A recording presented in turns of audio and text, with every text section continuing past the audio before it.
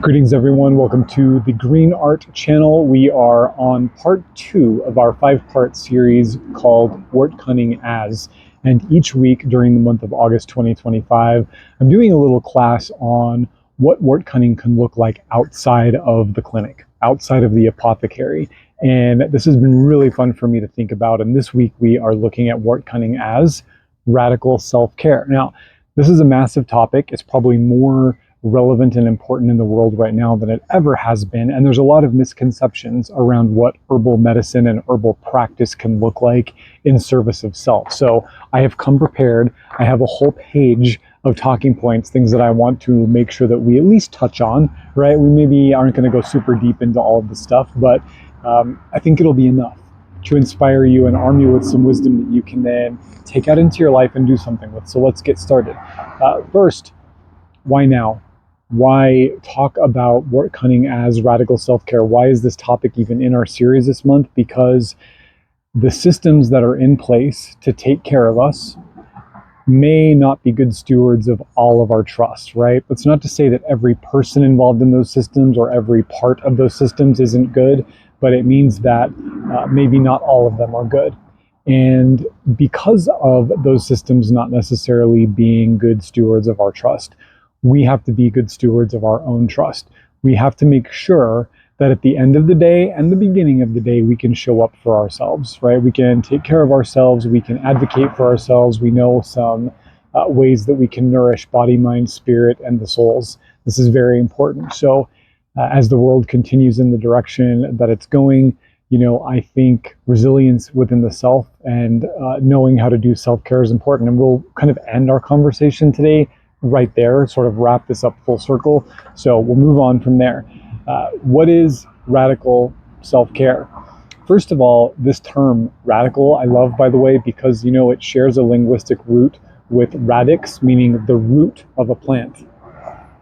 So when we talk about something being radical, it means getting down to the root of things, getting to the core, to the essence, to the beginning of things. And so in radical self-care, we're saying, what is the essential?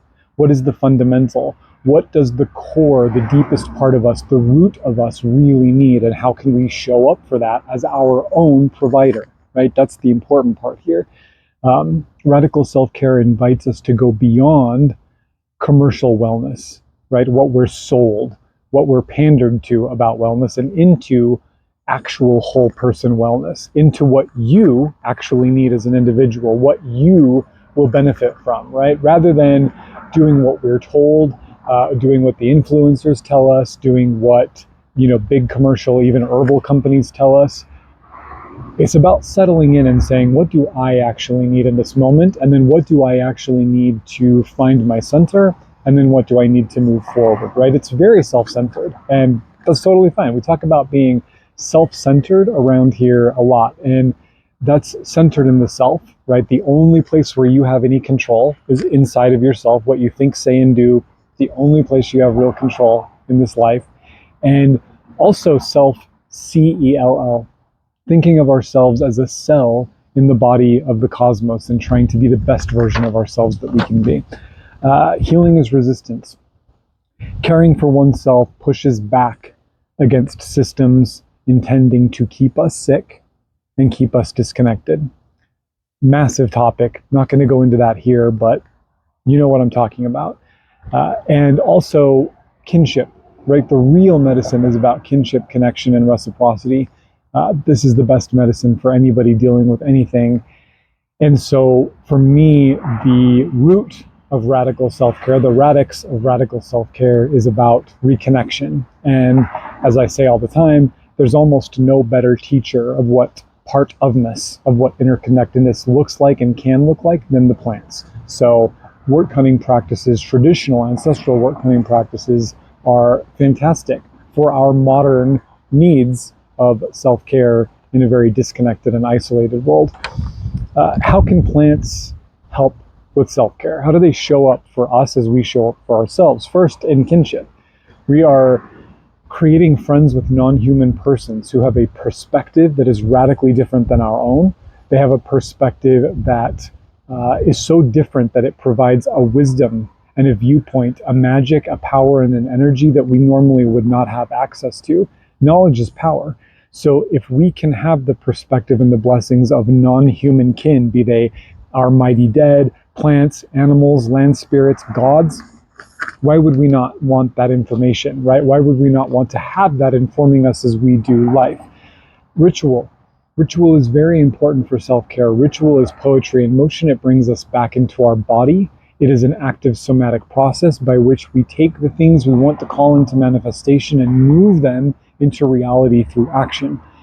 Ritual can be as simple as lighting a candle, walking clockwise around a tree, brewing a cup of tea intentionally. It doesn't have to be anything other than what you already know, what you already do.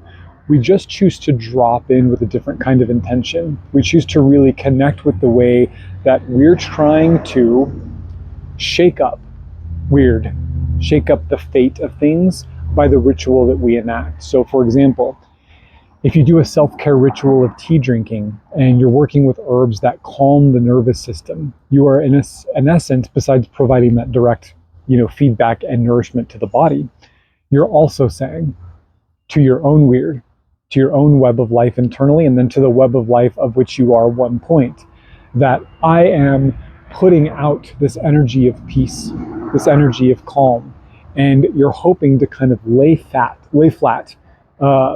the lines of fate in a slightly different way that moves you, nudges you a little closer into these patterns of peace rather than maybe the patterns of chaos that you might be experiencing at any given moment. Obviously, there's herbal medicine, right? That if we are ill, if we are in need of healing, the plants can bring us healing. They can bring us phytochemistry. They can bring us energetics. They can bring us wisdom and adjustment into homeodynamic states of wellness. And so when we don't feel well, when we don't feel whole or ourselves, then by bringing the plant medicine in and providing for ourselves what we need is radical self-care. It's amazing to me how many clients I work with who have kind of dealt with or normalized whatever their issue is for a very long time before they finally start working on it. And then as we dig deeper, we find 3 or 4 other things that they've just kind of been like, yeah, that's just life. That's just how it is to be me.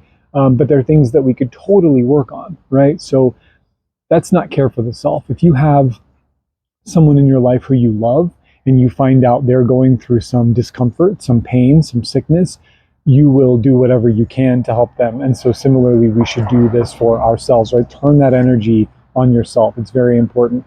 Plants will share wisdom with us. They give us foresight. They give us that, again, that different perspective. Trees are tall. They stand up and look out and survey the world and see patterns that we don't see. Plants are rooted down into the soil, into the mycelial network of the land that gather information from the different realms and share that with us. It comes up as our intuition, right? And part of this, again, this is always going to be the biggest medicine when it comes to self-care, is feeling like you are part of all of this. You are part of nature. You belong here. You are welcome here. You are needed here. And that your presence here is just as important as any other aspect of nature. Mountain, river, grizzly bear, forest, you, right? All of it is part of the same expression of nature, and you belong here. I want to take a pause here because so much of our conversation today is going to be like self-centered. Again, that's a good thing in my perspective. And think about the bigger picture for folks who really struggle with doing self-care. They're like, oh, I should be selfless. I should be taking care of other people first and putting my needs last. This is a noble pursuit, but it's one that I don't think works very well very often.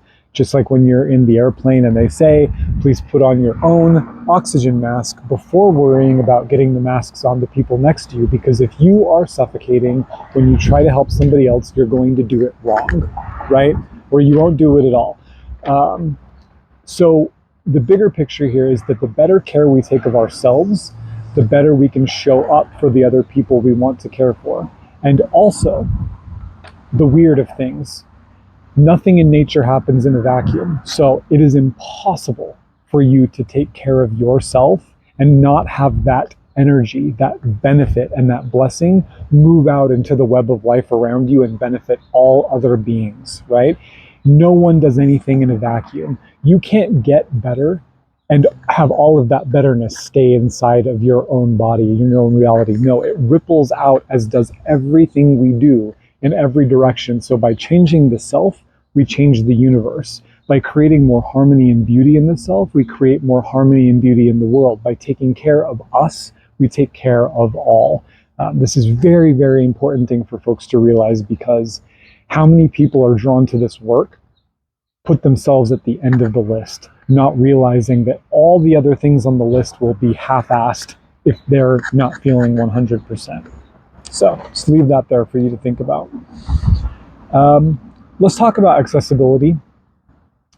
Part of this, the point of this series was for me to drive home the fact that there is a difference between Wortcunning in a clinical practice, where somebody as Wortcunner, somebody as clinical herbalist, seeing clients, making assessments, writing protocols, compounding medicine is one aspect of the work. But there's another aspect of the work that's open to everybody, that's welcome for everyone, it's safe for everyone. So let me give you a couple of things that you can do right now, regardless of your experience level, your knowledge level, it doesn't matter. Here are ways that Wortcunning can serve your self-care right now today. First, you can find and enjoy lore and monographs. You can get online and read about plant stories, read about how your ancestors, our collective ancestors, worked with a particular plant. Read about folklore, read mythology, right? Those stories are edifying and powerful. You can do that. You can make tea. You can make yourself a cup of tea, and you can drink that tea with intention and peace and calm and love for yourself. You can burn incense. You can kindle some incense that you've purchased, or some dried aromatic plants that you have, and you can bathe in the smoke of that plant and thereby bathe in the spirit and the wisdom of that plant. You can do that. You can take soaks. You can put fresh flowers into the bath or into a basin and soak your feet, or wash your face, or soak your whole body. You can do that. You can go on herb walks. You can go walk around the block or in a park, or go hiking and look at all the plants and maybe not know one single one of them, but you can go around and you can look at them and you can touch them and you can talk to them and you can take pictures of them and try to find them in books later. You can get excited when you can confidently identify a plant that you find, and you can do that, right? You don't have to know anything to go out and just love being around plants. You can go sit under a tree and just breathe. Just be held in the canopy of that tree. Let the tree roots underneath you hold you like a baby. Let the canopy cover you like a strong protective root. Let the trunk of the tree connect you to all the worlds and to the deepest part of yourself. You don't have to know or do anything special to do that. You can go do that right now. You can write and sing charms. You can make up positive affirmations and charms and poems and rhymes that speak about the most beautiful, positive things in your life, the things that you cherish the most, that fill you with restorative emotions. You can do that. They don't have to be perfect. They don't even have to be good. You can do that. You can make offerings to your ancestors. You can make offerings to the Ulfa, the spirits of the land, spirits of the plants. You can make offerings to the gods of your tradition. You can burn incense for them. You can pour libations for them. You can sing a song for them. You can do that. And you can always remember that you belong in green spaces, regardless of what anybody else has ever told you, regardless of how anybody else has ever made you feel. You are part of all of this, and you belong here, and don't let anybody else tell you anything different. Next week, we're going to be talking about Wortcunning as ecology. Take care. I'll see you then.